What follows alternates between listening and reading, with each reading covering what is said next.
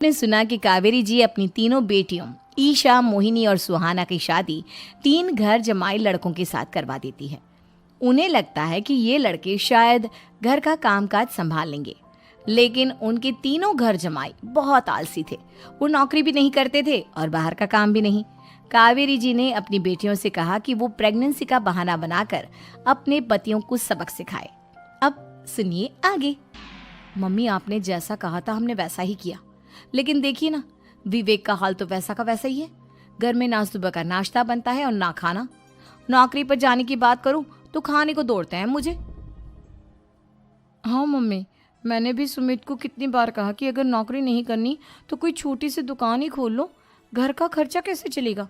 देखो दोपहर के 12 बजने आए और जनाब अभी तक सो रहे हैं। हाँ मम्मी, ईशा और सुहाना ठीक कहती हैं। अविनाश का भी यही हाल है। जब मैंने अपनी प्रेगनेंसी के बारे में कहा तो मुझसे कहने लगा, अरे दूसरी लड़कियां तो 9-9 महीने तक नौकरी करती है, बस डिलीवरी के टाइम छुट्टी लेती है। मोहिनी, तुम भी नौकरी करो। अब मुझे कहाँ नौकरी मिलेगी? मम्मी बताओ अब मैं क्या करूँ? हे भगवान, क्या सोचकर घर जमाई दामाद लाई थी मैं कि मेरी बेटियां मेरे पास रहेंगी और खुश रहेंगी, लेकिन इन आलसी दामादों ने तो हमारी जिंदगी को भी प्रॉब्लम में डाल दिया है। मैं तो कहती हूँ मम्मी, हम लोग वापस अपनी जॉब पर जाना शुरू कर देते हैं। बता देते हैं इन लोगों को कि हमने प्रेगनेंसी का बहाना किया है। नहीं नहीं बेटा, ऐसी गलती भी मत करना। अगर तुमने ऐसा किया तो इन तीनों की आदत और ख़राब हो जाएगी। अरे आज नहीं तो कल कभी तो तुम प्रेग्नेंट होगी, तब वापस यही प्रॉब्लम आएगी। तब क्या करोगी तुम तीनों? हाँ मम्मी, आपकी बात तो बिल्कुल सही है। इन लोगों को तो सुधारना ही पड़ेगा। लेकिन कैसे? अपने बच्चों के आने की खबर सुनकर भी इन लोगों पर कोई असर नहीं हो रहा। पैसे कमाने के लिए घर से बाहर निकलना ही नहीं चाहते ये तीनों। अब मेरे दिमाग में एक प्लान आया है। तुम तीनों चिंता मत करो, उन तीनों को बुलाओ, फिर मैं बात करती हूँ। थोड़ी देर बाद कावेरी जी अपने तीनों दामादों को सामने बुलाकर अपनी बात कहना शुरू करती हैं।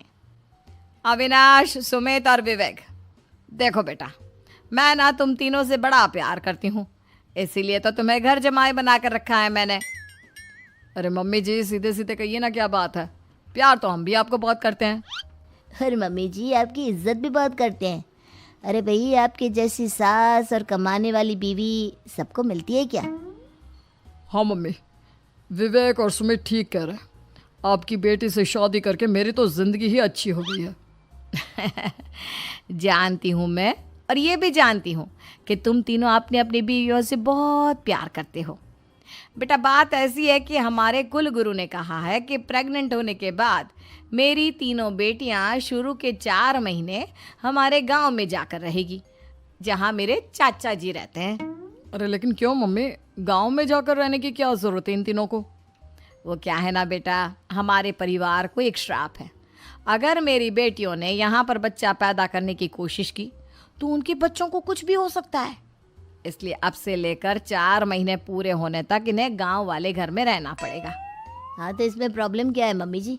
हम भी वहाँ जाकर रहेंगे, पिकनिक मनाएंगे। अरे भाई, बीवी जहाँ हम भी वहाँ। हाँ यार, आइडिया तो बहुत अच्छा है। शहर की ज़िंदगी में रह रहकर परेशान हो चुके हैं, अब कुछ दिन गांव में बिताएंगे। तुम लोग समझने की कोशिश क्यों नहीं करते? तुम में से कोई भी वहाँ नहीं जा सकता, और मैं यहाँ रहूँगी ना तुम तीनों के साथ। 4 महीने की तो बात है, उसके बाद ये तीनों ही लौट कर आ जाएंगी। ठीक है मम्मी जी, अब हमारे बच्चों का सवाल है तो ये तो करना ही पड़ेगा। कावेरी अपनी तीनों बेटियों को कुछ दिन के लिए घर से बाहर कहीं दूसरे शहर में रहने के लिए भेज देती है। कुछ दिनों के बाद, अरे मम्मी जी, बहुत दिन से पिज्ज़ा नहीं खाया, मंगवाइए ना। क्या बताऊं बेटा, पहले तो बेटियां खर्चा दे देती थी क्योंकि उनकी नौकरी थी, लेकिन अब तो मेरे पास पैसे ही नहीं बचे। थोड़े बहुत पैसे हैं जो बच्चों की डिलीवरी में काम आएंगे। लेकिन मम्मी जी, आपकी बेटियों को वापस आने में तो अभी बहुत वक्त बाकी है। वही सोच सोच कर परेशान हो रही हूँ। सोच रही हूँ कल से दूध भी बंद करवा देती हूँ। अब दूध वाले को देने के लिए पैसे भी तो नहीं है ना। अरे नहीं नहीं मम्मी जी, अगर दूध भी बंद करवा दोगी तो मुझे चाय कहाँ से मिलेगी? और चाय के बिना मैं तो मर ही जाऊंगा। क्या करूं बेटा, इसके अलावा हमारे पास कोई ऑप्शन नहीं है। मेरे पास पैसे ही नहीं बचे। इस तरह कावेरी जी धीरे धीरे अपने तीनों दामादों को पैसे देना बंद कर देती हैं और घर में खाने पीने की चीजें लाना भी बंद कर देती है। अब वो तीनों बुरी तरह से परेशान होने लगे थे और इसलिए एक दिन तीनों प्लान करके घर से बाहर निकलते हैं और बाजार में जाने के बाद यार अच्छा खाना खाए हुए कितने दिन हो गए, पता नहीं कब अच्छा खाना मिलेगा। हमारी बीवियों के जाने के बाद तो हमारी हालत भिखारियों जैसी हो गई है यार। कुछ भी हो, मुझे तो आज पिज्ज़ा खाना ही खाना है। जेब में 1 रुपया नहीं है और पिज्ज़ा खाएगा, कहाँ से आएंगे पैसे? अरे देख वहाँ सामने बोर्ड पर क्या लिखा हुआ है, कंप्यूटर पर काम करने के लिए एक आदमी की आवश्यकता है। भाई मैं तो जा रहा हूँ, काम करूँगा और शाम तक पैसे लाकर आराम से पिज्ज़ा खाऊंगा। जा जा, तुझे कोई काम नहीं देने वाला, हम तो घर जा रहे हैं। चल भाई सुमित। सुमित और अविनाश वहाँ से चले जाते हैं और विवेक उस कंप्यूटर शॉप पर सारा दिन काम करके 5,000 रुपये कमा कर घर लौट कर आता है और अपने खाने के लिए अच्छी अच्छी चीज़ें भी लेकर आता है। ये देखकर विवेक और सुमित के दिल में भी कुछ पैसे कमाने की इच्छा जागती है। अरे सुबह सुबह कहाँ चल दिए तुम? मम्मी जी एक बहुत अच्छी जगह मिली है, कंप्यूटर पर काम करने के 5,000 मिले थे कल मुझे। अगर रोज़ काम करूँगा तो पूरे 40,000 की तनख्वाह। अरे वाह, ये तो बहुत अच्छी बात है दामाद जी, आपको जाना ही चाहिए। सुमित और अविनाश विवेक को इस तरह तरक्की करते देखकर परेशान हो जाते हैं और वो दोनों भी काम की तलाश में निकल पड़ते हैं। धीरे धीरे उन दोनों को भी काम मिल जाता है। अब कावेरी के तीनों दामाद छोटी मोटी नौकरी करके अच्छा पैसा कमाने लगे थे। एक दिन कावेरी उन्हें अपने पास बुलाती हैं। अरे वाह, विवेक 40,000 कमा लेता है, अविनाश 60,000 और सुमित तुम भी 40,000 के आसपास कमा ही लेते हो। कुल मिलाकर तुम अच्छे खासे पैसे कमा रहे हो बेटा। हाँ मम्मी जी, बहुत मज़ा आता है जब महीने के एंड में मोटी रकम हाथ में आती है।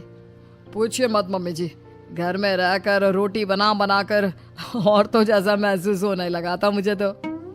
हाँ बेटा, तुम तीनों की बात तो बिल्कुल ठीक है और जानते हो अब तुम तीनों की पत्नियां भी वापस लौट कर आने वाली है। लेकिन मम्मी जी अभी तो उन्हें गए सिर्फ 2 महीने हुए हैं, आपने तो कहा था वो 4 महीने के बाद लौट कर आएंगी। ऐसा कुछ नहीं है बेटा, मैं सिर्फ तुम तीनों को सबक सिखाना चाहती थी कि आदमी घर में बैठकर बीवी की कमाई खाता हुआ अच्छा नहीं लगता। इस दुनिया में हर इंसान को मेहनत करनी चाहिए, काम करना चाहिए, चाहे वो औरत हो या आदमी, ताकि अपने परिवार को संभाल सके।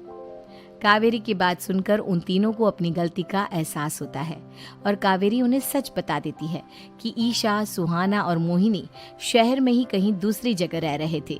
शाम के वक्त उन तीनों की पत्नियां लौट कर आ जाती है और कावेरी जी का परिवार एक खुशहाल परिवार की तरह रहने लगता है।